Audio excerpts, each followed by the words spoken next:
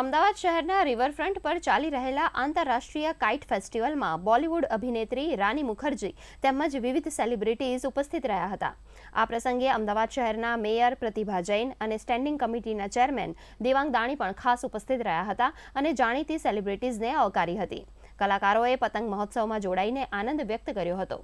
આ મહોત્સવમાં જોડાવા બદલ ખુશી વ્યક્ત કરી હતી તેમજ શહેરીજનોને મકર સંક્રાંતિની શુભકામનાઓ પાઠવી હતી.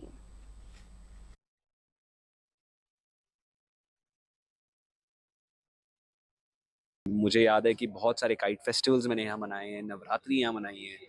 जिस जोश और उमंग से यहाँ पे सब कुछ सेलिब्रेट किया जाता है वो बात ही अलग है। और उत्तरायण का तो माहौल ही अलग है।